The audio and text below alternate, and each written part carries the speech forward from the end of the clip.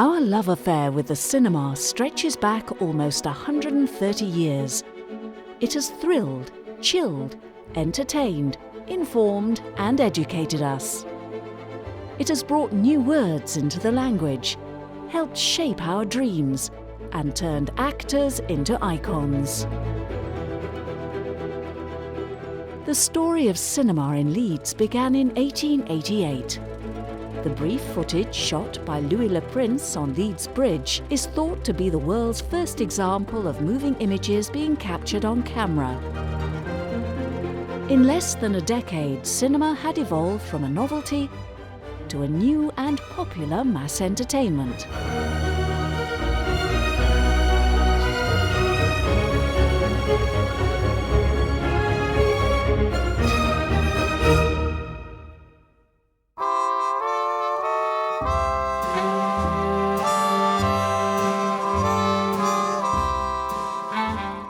In the early days, cinemas were converted from other buildings: theatres, skating rinks, miners' institutes, or Salvation Army barracks. Some cinema conversions, like the Coliseum Theatre, lived up to the name of Picture Palace. Others were cramped and in sanitary flea pits, where disinfectant was sprayed between shows to control the bugs and mask the smell. The new cinemas could also be dangerous. The Alexandra Picture Palace on Albion Street was built of wood, potentially lethal when combined with highly inflammable nitrate film stock. In 1909, the Cinematograph Act required the provision of a fire-resistant projection booth and resulted in the construction of purpose-built cinemas. The first in Leeds was the Rialto in Briggate. The Rialto opened in April 1911 as the Picture House and could seat 650. The new cinemas were safer, cleaner, better appointed and popular. The Burley Picture House, the Abbey, the Western Cinema and others all opened their doors in the years preceding World War I.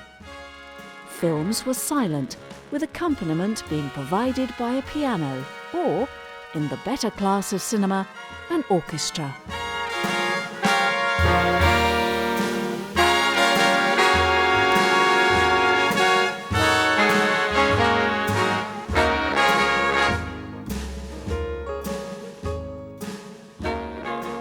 The cheapest seats cost the equivalent of 50 pence in today's money, though programmes lasted only an hour to 90 minutes and mainly consisted of short films, travelogues and news.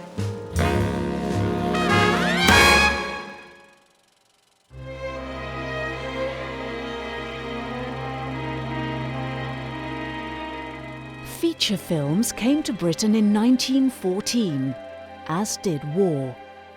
But although hostilities slowed down the growth of cinema, it did not halt it. For a war-weary public wanted the mix of news, propaganda and entertainment that only cinema could provide. When peace came, the cinema industry was soon engaged in building a new generation of super cinemas. The Majestic, built in 1922, was the first of the new wave of Leeds cinemas and brought a touch of luxury into the lives of many who saw little of it in their day-to-day existence. The Majestic seated 600 patrons and had a domed ceiling bigger than that of St. Paul's. The Paramount, the Scala and the Ritz offered similar levels of comfort, and there seemed no limit to the public's appetite for film. The suburbs saw the building of new movie houses like the Glen Royal and the Electric Palace, to join established suburban cinemas like the Hyde Park and the Lounge. In the years between the wars, 50% of the population went to the cinema at least once a week, and popular films were staggeringly popular. It's estimated that a third of the UK population saw Disney's Snow White. Cinema provided news as well as entertainment, and audiences in the 30s were all too aware of the growing threat of war. When hostilities broke out in 1939, all cinemas were closed, but rapidly reopened when it was realised that they were an irreplaceable provider of entertainment, news and light relief. By the war's end, the cinema seemed more popular than ever. 1946 saw the highest ever number of cinema attendances, but then came decline.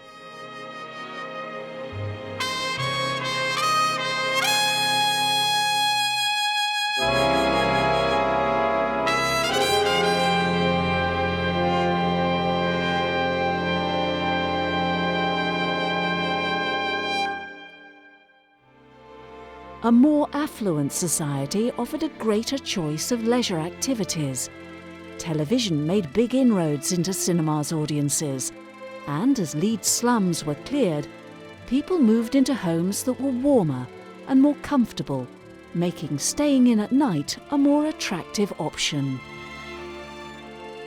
Between 1956 and 1960, audiences halved and the decline became unstoppable.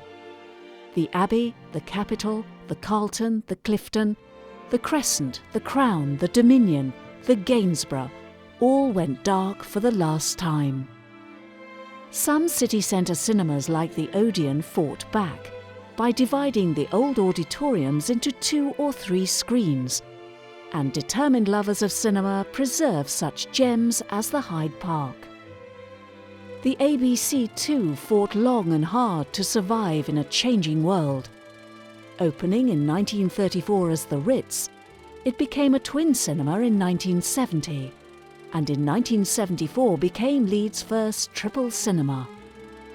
Fondly remembered for its Saturday Kids Club and friendly atmosphere, it underwent 2 changes of name, finally reverting to the ABC. Sadly, it could not fight economics, and it closed its doors on more than 60 years of memories in February 2000.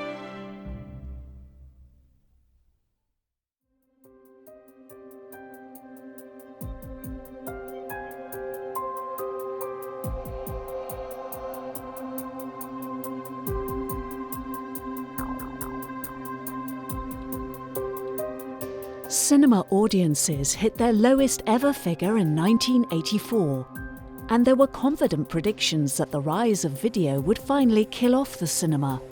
But all was not lost. The advent of the multiplex helped audience figures recover, and the increasing technical sophistication of the effects brought people back to the sheer spectacle of the big screen.